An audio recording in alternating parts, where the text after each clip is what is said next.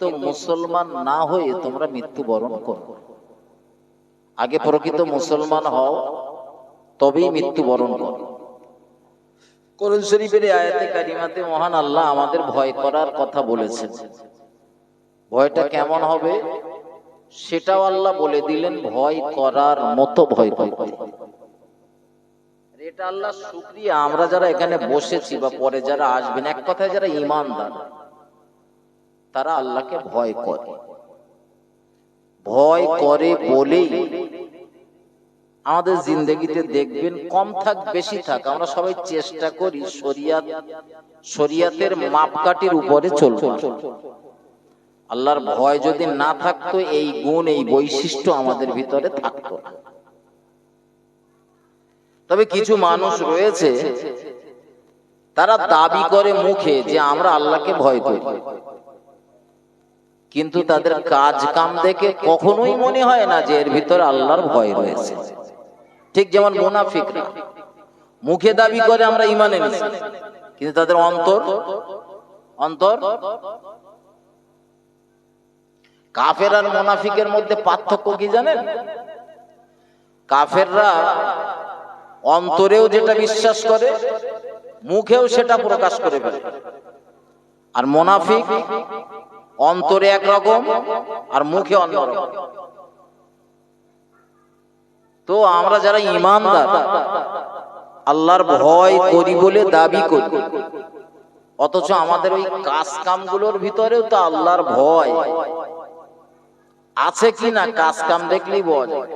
আমি দাবি করতেছি আল্লাহর ভয় করি, অথচ আমি আমিনুল ভাইয়ের সাথে আলোচনা করতে, ভাই এরা যা পয়সা করি দেবানি, নামার পরে লোকজন সব চলে যাওয়ার পরে তুমি একটা জেরামত করে কারুর দিয়ে একটা বাইক নিয়ে পাঠাও, মদের দোকান থেকে দুটো ফাইল এনে আমরা দুই ভাই বেশ যত্ন করে চালাবো।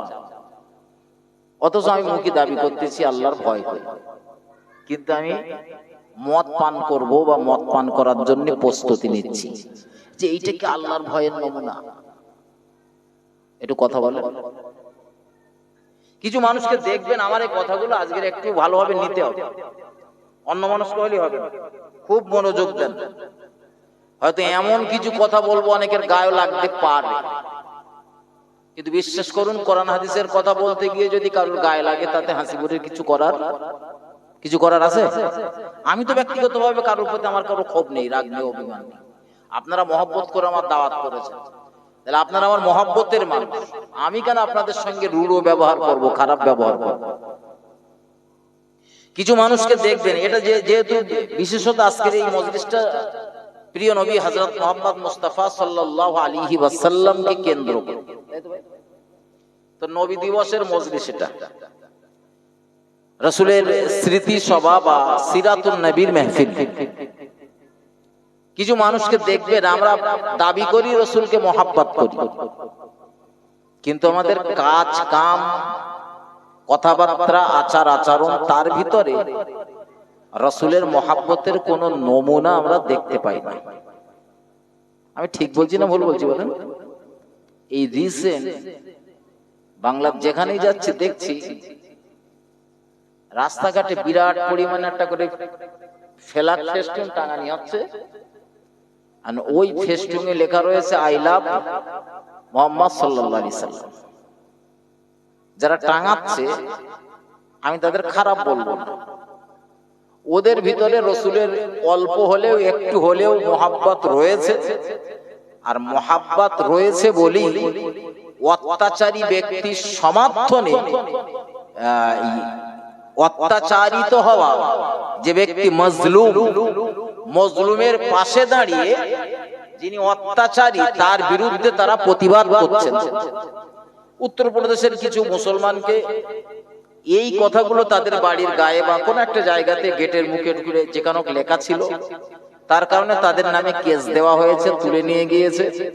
এর প্রতিবাদে শুধু পশ্চিমবঙ্গে না, ভারত, এই কচি মনা কথা বললে হবে না, কথা বললে হবে না, শোনা একটু চুপ করো। তাবারুক আছে, তাবারুক একটু তাড়াতাড়ি এদিকে আনেন, তাবারুকের ব্যবস্থাটা তাড়াতাড়ি করে ভাই। তো এই যে অন্যায়, দেশটা হলো ধর্ম নিরপেক্ষ। দেশটা কি ধর্ম নিরপেক্ষ। ধর্ম নিরপেক্ষ মানে জান আবার ভাববেন না যে কারো ধর্ম নেই। ধর্ম নিরপেক্ষ মানে হলো সমস্ত ধর্মের মানুষেরা তাদের ধর্মীয় রীতিনীতি, কৃষ্টি, কালচার স্বাধীনভাবে পালন করতে পারে। তার মানে আমি যেমন রোজ মসজিদে 5 বার আজান দেই, আমার দাদা ভাইয়েরাও তারা তাদের ধর্মীয় যে নিয়ম নীতি রয়েছে তারা স্বাধীনভাবে সেইভাবে পালন করবে। কিন্তু উত্তরপ্রদেশের এই যে সরকার কিছু মুসলমানের উপরে জুলুম করলো, অবিচার করলো, আই লাভ মুহাম্মদ সাল্লাল্লাহু আলাইহি ওয়াসাল্লাম লিখে রাখার জন্য, তার প্রতিবাদে কিছু যুবক, কিছু মুরব্বী দেশময় ফেলাক ফেস্টুন টাঙিয়েছে আই লাভ মুহাম্মদ সাল্লাল্লাহু আলাইহি ওয়াসাল্লাম। তার মানে ও আল্লাহ রাসূলকে মহব্বত করে, তার একটা নমুনা, তার একটা উদাহরণ আমার দেশের মানুষকে দেখাচ্ছে। মানুষের দেখাচ্ছে তো নাকি বলেন না, আল্লাহ দেখাচ্ছে? কথা বলেন, মানুষের দেখাচ্ছে। মুহাম্মদ সাল্লাল্লাহু আলাইহি ওয়াসাল্লামকে যদি ও সত্যি এতই মহব্বত করে, আমি বিরোধিতা করছি না, আমি সমর্থন করছি, কাজটা ভালো। যেহেতু অন্যায়ের প্রতিবাদ করছে তাই সমর্থন করছে। কিন্তু ছেলেগুলো জিজ্ঞাসা করে না, আমি দুটো ছেলে জিজ্ঞাসা করেছি পতাকা টাঙাতে দেখে, তাদের জিজ্ঞাসা করেছি আরে কি ব্যাপাররা হঠাৎ পতাকা টাঙাচ্ছিস? যে হুজুর এই কেস ওই জন্য টাঙাচ্ছি। খুব ভালো।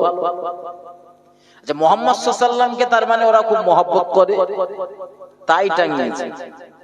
আচ্ছা, শুধু এই পতাকা টাঙিয়েই জান্নাতে চলে যাওয়া যাবে বলেন? কত বলেন?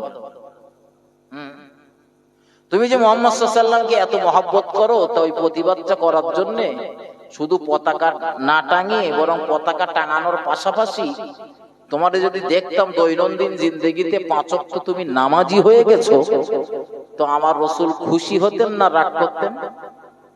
খুশি হতেন না? প্রতি সোমবার আর বৃহস্পতিবারের দিন রাসূলের দরবারে আমলনামা পেশ করা হয়। আর যদি দেখতেন কেউ আমার নাম লিখে রাখার কারণে বিরোধিতা করেছে বলে আমার কিছু উম্মত আগে নামাজ পড়তো না, এখন পতাকা টাঙানোর পর থেকে 5 ওয়াক্ত নামাজ পড়ছে, তাহলে রাসূল খুশি হতেন না? কথা বলে। এখন রাসূলের মহব্বতের নমুনা একদল মানুষ রয়েছে দেখায়, আর একদল মানুষ রয়েছে তারা মুখে দাবি করে আমরা আল্লাহকে ভয় করি, অথচ ওর ভিতরে ওদের কাজ কামগুলো দেখলে কখনো বোঝা যায় না যে এরা আল্লাহর ভয় করে। আর রাসূলের মহব্বত যে ওদের ভিতরে রয়েছে এটা অনুমান করা যায় না। খারাপ ভাবে নেবেন না, আমার কথাগুলো একটু ভালোভাবে নেন। গভীর ভাবে নিলে আল্লাহ চাইলে কিছু বাড়ি নিয়ে যেতে পারবেন। এখন যারা আই লাভ মুহাম্মদ সাল্লাল্লাহু আলাইহি ওয়াসাল্লাম লিখে টাঙিয়ে বেড়াচ্ছেন, ভালো কাজ বাবা, অন্যায়ের প্রতিবাদ করছেন। যে কটা টাঙাচ্ছে অধিকাংশ তো সব দাঁড়িয়ে পেশাব করে। ঠিক বলছি না বলুন? তোমার রাসূলের নাম লেখার অপরাধে যদি তোমার কোনো ঈমানদার ভাই অত্যাচারিত হয়, তাই তুমি তার পাশে দাঁড়িয়ে সমর্থন করছো, অন্যায়ের বিরোধিতা করছো, আলহামদুলিল্লাহ, খুব ভালো। তোমার নবীর জিন্দেগিতে তাকিয়ে দেখো, তুমি তো রাসূলের মহব্বত করো, তোমার নবী জীবনে কখনো দাঁড়িয়ে পেশাব ফিরিনি। তুমি তো এত রাসূলকে মহব্বত করো, তাম গাছপালা গুলো এই রাস্তার ধারে সব আই লাভ মুহাম্মদ সাল্লাল্লাহু আলাইহি ওয়াসাল্লাম টাঙিয়ে, ফেস্টুন টাঙিয়ে একদম ভরপুর করে দিচ্ছ। তোমার ভিতর থেকে এই স্বভাবটা এখনো গেল না কেন শোনা? এখনো দাঁড়িয়ে দাঁড়িয়ে পেশাব ফেরার স্বভাব আছে না নেই? আরে ভাই, এই লাইভ চলতেছে, তারপরেও বলতেছি, বিশ্বাস করেন আমার এলাকায় আমি নিজের চোখে দেখেছি, ও আই লাভ মুহাম্মদ সাল্লাল্লাহু আলাইহি ওয়াসাল্লামের পতাকা টাঙাচ্ছে আবার দাঁড়িয়েই পেশাব ফেলতেছে। পানি লব অনেক দূর। এইটা কি মুহাম্মদ সাল্লাল্লাহু আলাইহি ওয়াসাল্লামের মহব্বতের নমুনা? রাগ হচ্ছে নাকি আপনাদের? হওয়ার দরকার ছিল কি, আর হচ্ছেটা কি বলে? হওয়ার দরকারটা কি? দরকার ছিল রাসূলের সুন্নাহগুলোর মহব্বত করা। এখন তো আমি নবীকে পাবো না, রাসূলুল্লাহর আদর্শগুলোকে মহব্বত করব, নবী যেভাবে চলতে বলেছেন সেইভাবে চলবো। প্রতিবাদ তো এইভাবে করব। পতাকা টাঙিয়ে কি আর প্রতিবাদ করা যায়? ওই রকম হবে 2-4 দিন পরে ওইটা ছিঁড়ে পড়বে, ওতে লেখা রয়েছে আমার রসুলের নাম। কি লেখা রয়েছে? ওর উপর দিয়ে আপনি যাবেন, আর বললাম না। আমার ভাই ও বাবাজিরা, আমার ভুল আমাকে নেবেন না, ভুল আমাকে বুঝবেন না। আমি আপনাদের যেটা বোঝাতে চাইছিলাম, মহান আল্লাহ আমাদেরকে ভয় করার কথা বলেছেন, কিন্তু আমরা অনেক মানুষ রয়েছে দাবি করি আল্লাহর ভয় করি, আর ভয় করি বলেই দৈনন্দিন জীবনে আমরা 5 ওয়াক্ত নামাজ আদায় করি। যদিও আমার সমাজের ভিতরে অধিকাংশ মানুষ নামাজ পড়ে না। আমি নামাজের রস করবো না, চিন্তা নেই, পড়তে হয় পড়ুক, না হয় না পড়ুক, ওটা ওর ব্যাপার। পড়লে ভালো, না পড়লে ওর অমঙ্গল, পড়লে মঙ্গল, না পড়লে অমঙ্গল। চিন্তা ভাবনা ওর জান্নাতে যাবে না জাহান্নামে যাবে। তবে ইমানদার হিসাবে, আলেম হিসাবে আমার জাতির মানুষকে সজাগ করার দায়ভার রয়েছে আমাদের কাঁধে। এজন্য বলছি, নামাজ তোমারও পড়া লাগবে। হাসিবুর যদি নামাজের রজ করে, তাও তোমার নামাজ পড়া লাগবে। আর হাসিবুরও নামাজের রজ না করলেও নামাজ পড়া লাগবে। কারণ মুহাম্মাদুর রাসূলুল্লাহ সাল্লাল্লাহু আলাইহি ওয়াসাল্লামের 23 বছরের সংগ্রাম ছিল এই নামাজ কায়েম করা। একটু মহব্বত করে বলুন সুবহানাল্লাহ। এজন্য রাসূল 23 বছর যাবত কলেমার দাওয়াত দিয়েছেন, কোনটা করা যাবে আর কোনটা করা যাবে না। দুনিয়া থেকে বিদায় নেবার আগে মুহাম্মাদুর রাসূলুল্লাহ সাল্লাল্লাহু আলাইহি ওয়াসাল্লাম উম্মতের জন্য শেষ সময়ে 2টো ওসিয়াত করে গেলেন। কটা ওসিয়াত?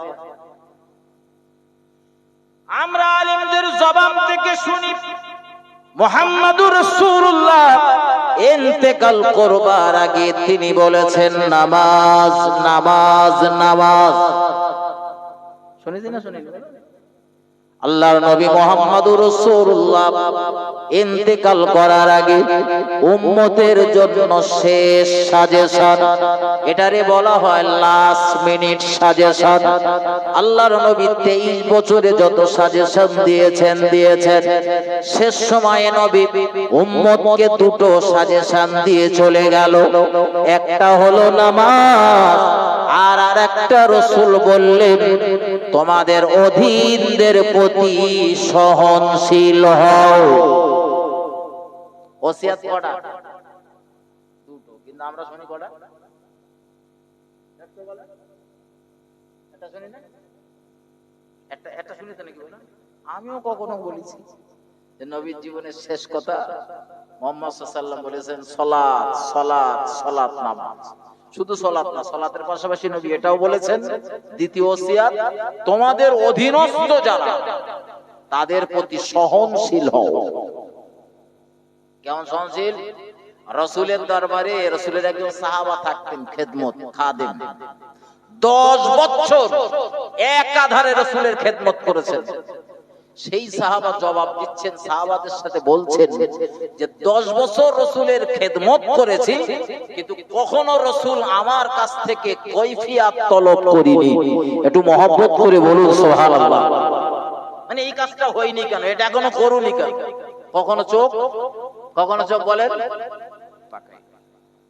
আমরা মাঝে মধ্যে এটা চোখ পাকাইতে না পারি না। বাড়ির একটা জামা হয়তো খুলে দিয়ে গিয়েছি, জামাটা পরিষ্কার যদি না হয়, আমাদের বাড়ির যারা আমাদের স্ত্রী বা আমাদের ওয়াইফ, তাদের উপরে মাঝে মধ্যে এটা চোখ পাকানি হয়তো না হয় না, কথা বলে। আসলে এখানে একটা কথা মাথায় রাখো, আমি ওয়াজ ভুলিনি, কোথায় ছেড়েছি আমার স্মরণ আছে, আমি ওখানেই ধরছি ইনশাআল্লাহ।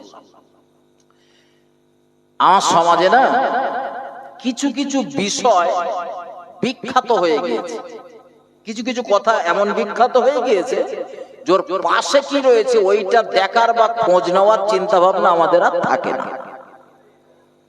যেমন বোঝানোর জন্য বলছে, আমাদের বাড়ির ধারে ঘুমিয়ে রয়েছেন বসিরহাট আল্লামা হুজুর, আছে না নেই? আছে না আপনাদের বাড়ির ধারে? আর বসিরহাট হুজুরের কোনো ভাইটাই ছিল? কত বলেন? কদম কদম দুটো, একজন। আচ্ছা, এটা আপনি আপনার লাইফে বসিরহাট হুজুরের দরবারে কতবার গেছেন আর বসিরহাট হুজুরের ভাত দরবারে কতবার গেছেন? বলেন বলেন, গেছেন? শোনেন, আমার সমাজের একটা রোগ হলো, বিখ্যাত যদি কেউ হয়েছে তো আমরা ওই বিখ্যাতর পিছনেই বলেন বলেন ছুটি, আর বিখ্যাতর পাশে যে আর একটা কি রয়েছে ওটা একবার একটু চোখ দিয়ে দেখো। এটা আমাদের বদ অভ্যাস।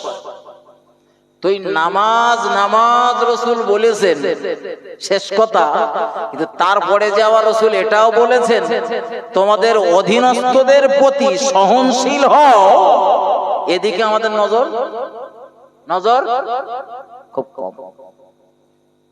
কথাগুলো খুব গভীর ভাবে নেন। আমি আজকে কিছু কথা বলছি যে কথাগুলো আপনাদের ধর্মীয় জীবনে অনেক কাজে লাগবে ইনশাআল্লাহ। এই যে বলেছি কিছু কথা বিখ্যাত হয়ে যায় আর সেইটা নিয়েই আমরা মাতামাতি করি, পাশে কি আছে না আছে আর খোঁজ খবর নেই। যেমন আমি দায়িত্ব নিয়ে বলছি, আপনার এখানে এত মানুষ রয়েছেন তো, এখন যদি আমি জিজ্ঞাসা করি ভাই হযরত আলী রাদিয়াল্লাহু তাআলা আনহুর কটা ছেলে মেয়ে, তো অধিকাংশ জবাব দেবে কত বলবে? দুজন বলবে তো, হাসান আর হোসাইন। কিন্তু হযরত আলী রাদিয়াল্লাহু তাআলা আনহুর সন্তান সংখ্যা হলো 31 জন। কতজন বলেছি বলেন দিন? কটা? সবাই মিলে বলেন, মুখস্থ হয়ে যাক। 31। 14টা ছেলে, 17টা মেয়ে। কটা? আরেকবার বলে দিচ্ছি, 14টা ছেলে, 17টা মেয়ে। হযরত আলী রাদিয়াল্লাহু তাআলা আনহুর সর্বমোট বিবাহিত স্ত্রীর সংখ্যা হলো 9 জন। কজন বলেছি? আমরা জেনে বসে রয়েছি শুধু ফাতেমার বিয়ে করেছিল, তাই না? হ্যাঁ। আচ্ছা, আরেকটা ভুল বলে দিচ্ছি, দেখেন খারাপ ভাবে নিলে হবে না। সুদ দিচ্ছি না বলে যে ওয়াজ না জানা এটা ভাববেন না, এই কথাগুলো আরো বেশি দাম। ফাতেমাতুজ জোহরা রাদিয়াল্লাহু তাআলা আনহা, তিনি মহিলাদের জান্নাতের সরদারিনী। একটু মহব্বত করে বলুন সুবহানাল্লাহ। আমরা জানি যে ফাতেমার সন্তান সংখ্যা কত? হাসান আর হোসাইন রাদিয়াল্লাহু তাআলা আনহুমা। কিন্তু হযরত ফাতিমাতুজ জোহরা সন্তান সংখ্যা হলো সর্বমোট 5 জন। কজন বলেছি? নামগুলো বলে দিচ্ছি আমি। আলী রাদিয়াল্লাহু তাআলা আনহু সব ছেলে মেয়ের নাম বলতে পারবো না, কিতাবে রয়েছে কিন্তু আমার মুখস্থ নেই। কিন্তু ফাতিমাতুজ জোহরার যে 5টা সন্তান, ওই 5টা সন্তানের নাম আমি বলে দিচ্ছি, মুখস্থ করলেন। একজনের নাম হযরত হাসান, অপরজনের নাম হোসাইন। এরা দুজন বড়।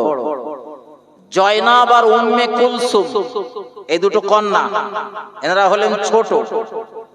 আর একটা ছেলের নাম হলো মুহসিন। কি নাম বলেছি বলেন? মুহসিন।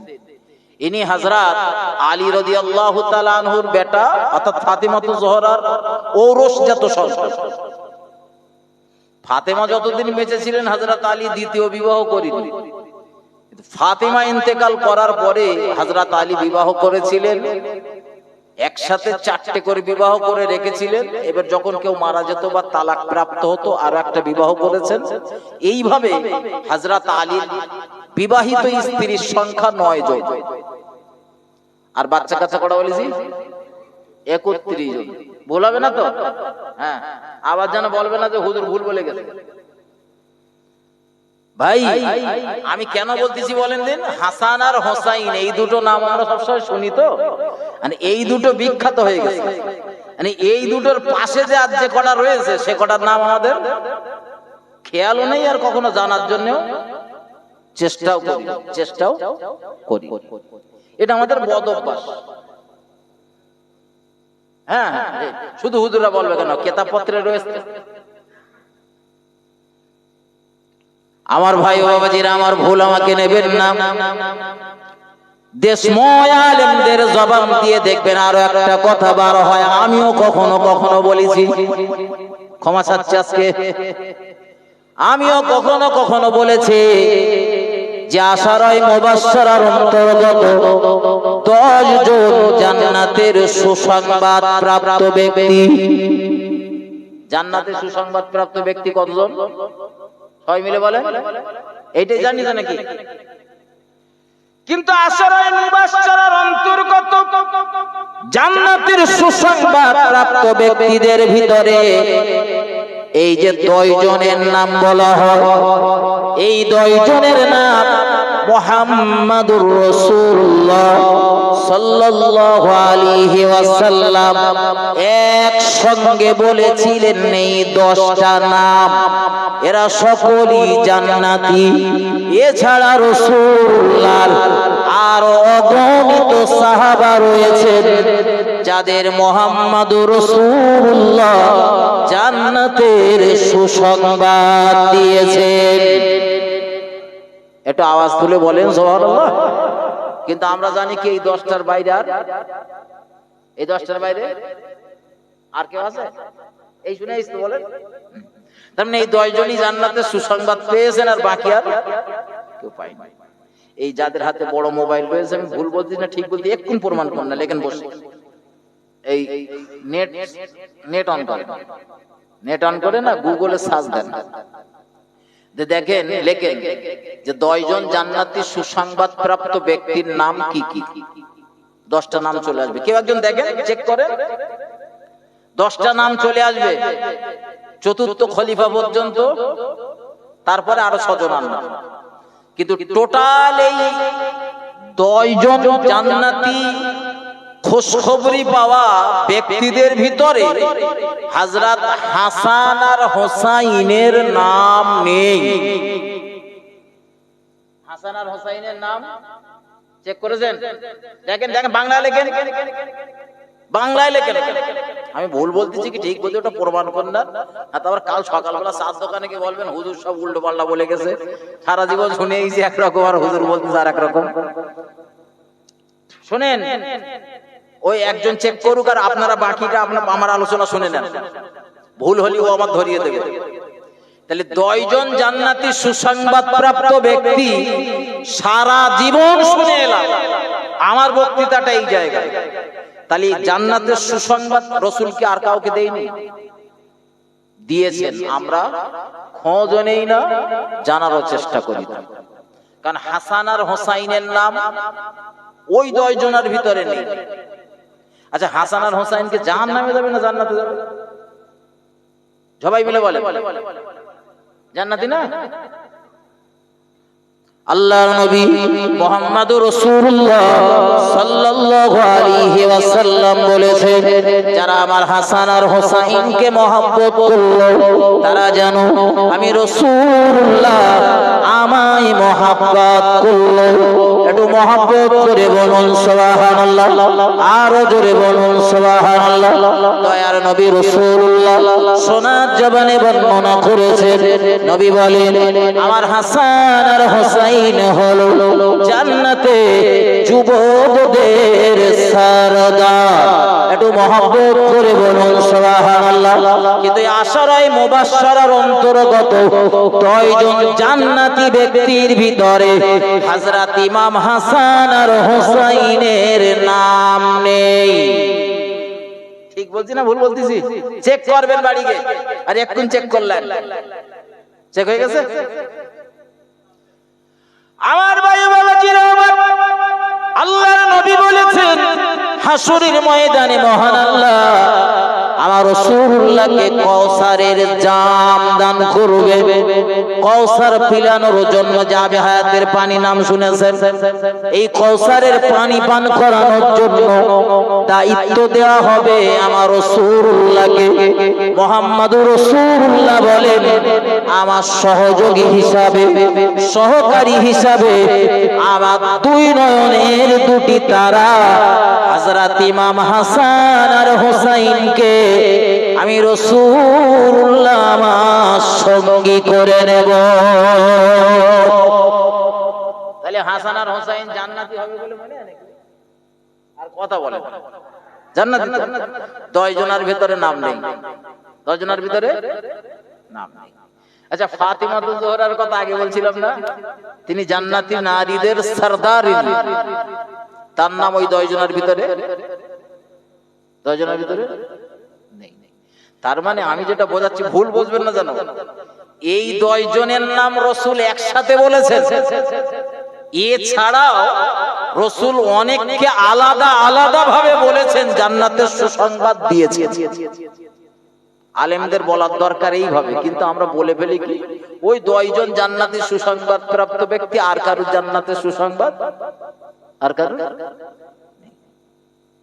অথচ প্রচুর রয়েছে।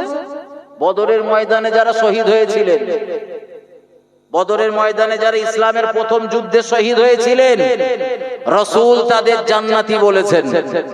বলেছেন না বলেনি? কথা বলে। ওহুদে যারা শহীদ হয়েছিলেন, নবী তাদের জান্নাতি বলেছেন। তার মানে জান্নাতি সুসংবাদ প্রাপ্ত ব্যক্তি প্রচুর রয়েছে। আমরা ওই যেটা বিখ্যাত হয়ে যায় ওইটা নিয়েই টানাটানি করি। পাশে কি রয়েছে, আর পাশে কি রয়েছে খোঁজ নিয়েই দেখি না। হাসান আর হোসাইনের মহব্বত করার গল্প রাসূল কাঁধে তুলে নিয়ে খেলা করতেন, এ করতেন, সব শুনি। কিন্তু হযরত মুহসিন তখন খুব ছোট, এই হযরত মুহসিন অল্প বয়সে বিদায় নেন। ফাতিমাতুজ জোহরার এই ছেলেটা অল্প বয়সে মারা যায়, ছেলেটার নাম মুহসিন। তো ছোটবেলাতে মুহসিনকে রাসূল খুব আদর করতেন, এত আদর করতেন, মুহসিন যখন মারা যায় রাসূল অঝোর নয়নে কাঁদছিলেন। তার মানে শুধু রাসূল হাসান আর হোসাইনকে মহব্বত করেনি, বরং ফাতিমাতুজ জোহরার যে 5টা সন্তান, 5 জনকেই মহব্বত করেছেন। আমি দলিলগুলো দিচ্ছি, দলিলগুলো নেন, যদি মনে হয় ভুল বলতেছে পরে আমার ধরিয়ে দেবেন, আমি তাহলে জীবনে কোনোদিন বলবো না ইনশাআল্লাহ। হযরত ফাতিমার 2টো মেয়ের নাম বলেছি, একটার নাম জয়নাব আর একটার নাম উম্মে কুলসুম। জয়নাব, আবার বলেন জয়নাব। আমি মুখস্থ করিয়ে দিচ্ছি আপনাদের যাতে ভুল না হয়। কেউ কেউ বলবেন এরা ফাতেমার মেয়ে, হুজুর দলিল আছে? হ্যাঁ দলিল আছে। ওই আমার মুখে যারা কারবালার ইতিহাস শুনেছেন একটু স্মরণ করেন। আমি কারবালার বক্তৃতা করতে করতে বলেছি, কখনো কখনো বলে ফেলেছি যে কারবালার যুদ্ধ যখন এই অসম যুদ্ধ চলছিল, মুসলিম বাহিনীর মানে ইমাম বাহিনী যারা শহীদ হচ্ছিলেন, একে একে যখন ইমাম হোসাইনের আহলে বায়াত পরিবার বর্গের মানুষ যখন একে একে শহীদ হচ্ছিলেন, একজন মহিলা দেখতে শুনতে খুব সুন্দরী বারবার তাঁবুর বাইরে আসছিলেন ছুটে, কাঁদতে কাঁদতে। আর ইমাম হোসাইন বারবার বলছিলেন, বোন জয়নাব এত অধৈর্য হলে হবে না, কান্না তো এখন সবে শুরু হয়েছে, এখন অনেক কান্না বাকি। এই জয়নাব হলো হযরত ইমাম হোসাইনের আপন বোন। এই জয়নাব ইমাম হোসাইনের আপন বোন। মাথায় নেন আমার কথাগুলো হযরত। কিন্তু আমার দেশের কিছু মানুষ রয়েছে, তারা হযরত আলীর ছেলে পিলে বলতে শুধু ইমাম হুসাইনটারই ছেলে, তাই না? আমরা তো কিছু লোক না জানার কারণে হাসানটারেও চিনি, আর কিছু লোক রয়েছে তারা শুধু হুসাইনটারই আলীর বেটা বলে মনে করে, আর আর বাকিগুলো গ্রাহ্যই করে না। অথচ আমি বলেছি 31টা সন্তান, আলীর সন্তান সংখ্যা 31 জন। আমার ভাই বাবাজিরা, আমার আজ আমি ভুলিনি, কোথায় ছেড়েছি সেখানেই ধরবো, তবে শেষ কটা কথা মাথায় না। ও বাবাজি ভাইজানেরা, তাদের কাছে দাবি করলে তারা বলে হযরত ইমাম হোসাইন রাদিয়াল্লাহু তাআলা তিনি শহীদ হয়েছিলেন, তাই আমরা তাকে স্মরণ করি। আমার প্রশ্ন তো এই জায়গায়, হযরত ইমাম হোসাইন যেমন শহীদ হয়েছেন, হযরত ইমাম হাসানও তেমন শহীদ হয়েছেন। শুধু হাসান, হযরত ইমাম হাসান আর হুসাইনের আব্বা শেরে খোদা হযরত আলী কাররামাল্লাহু ওয়াজহু তিনিও তো শহীদ হয়েছেন। ঠিক না ভুল কথা বলে? আলীর নিয়ে টানাটানি নেই, আলীর মৃত্যুদিন নিয়ে দাপাদাপি নেই, নাচানাচি নেই, অথচ তার ছেলে, একটা ছেলে নিয়ে বিরাট টানাটানি। ঠিক বলছি না ভুল বলতেছি? আমি আজকে ঝালাই করতেছি, ঝালাইগুলো ব্রেনে নেন, কাজে লাগবে ইনশাআল্লাহ। আমার ভাই বাবাজিরা, আমার হযরত ইমাম হুসাইন রাদিয়াল্লাহু তাআলা তিনিও যেমন আহলে বায়াতের অন্তর্ভুক্ত, হযরত ইমাম হাসানও তো আহলে বায়াতের অন্তর্ভুক্ত, হযরত আলী সেও তো রাসূলুল্লাহর আহলে বায়াতের অন্তর্ভুক্ত। আমি শুধু দাবি করব ইমাম হুসাইনকে মহব্বত করি, নবীর ভক্ত বলে, নবীর আওলাদ বলে, নবীর ওয়ারিস বলে আমরা তাকে মহব্বত করি, ভালোবাসি। কিন্তু ইমাম হুসাইনের আগে তো মহব্বত করার দরকার হযরত আলী রাদিয়াল্লাহু তাআলা আনহু। ও বাবাজি ভাইজানেরা, ভুল আমাকে নেবেন না, ভুল আমাকে বুঝবেন না। আমি আপনাদের যেটা বোঝাচ্ছিলাম, আমার সমাজে কিছু এমন একটা নিয়ম বা সিস্টেম পদ্ধতি চালু হয়ে গিয়েছে যেটা বিখ্যাত হয়ে যায়। ওই বিখ্যাতর পাশে যদি আর কিছু থাকে ওটা সহজে আমাদের নজরে ধরা পড়ে না, আর আমরা খোঁজ নেবার চেষ্টা করি না। আমার ভাই ও বাবাজিরা আমার, আমি বলছিলাম প্রিয় নবী মুহাম্মদুর রাসূলুল্লাহ ইন্তেকাল করার আগে দুটো ওসিয়াত করে গিয়েছেন, কিন্তু সারা জীবন আমরা বলে আসছি আর শুনে আসছি মুহাম্মদুর রাসূলুল্লাহ সাল্লাল্লাহু আলাইহি ওয়াসাল্লাম তার যে শেষ সময়ে তিনি একটা ওসিয়াত করে গিয়েছেন, অথচ রাসূল ওসিয়াত করে গিয়েছেন দুটো। একটা হলো সালাত, নামাজ, আর আরেকটা হলো পরিবার বর্গের বা অধীনস্থদের ব্যাপারে সহনশীল হতে। ওয়াজ ভুলে যাননি তো? আমি কোথা থেকে গিয়েছিলাম সেখানে এসে ধরেছি, বলো। এইবার বোঝেন, আমি যে নামাজের কথা বলতেছিলাম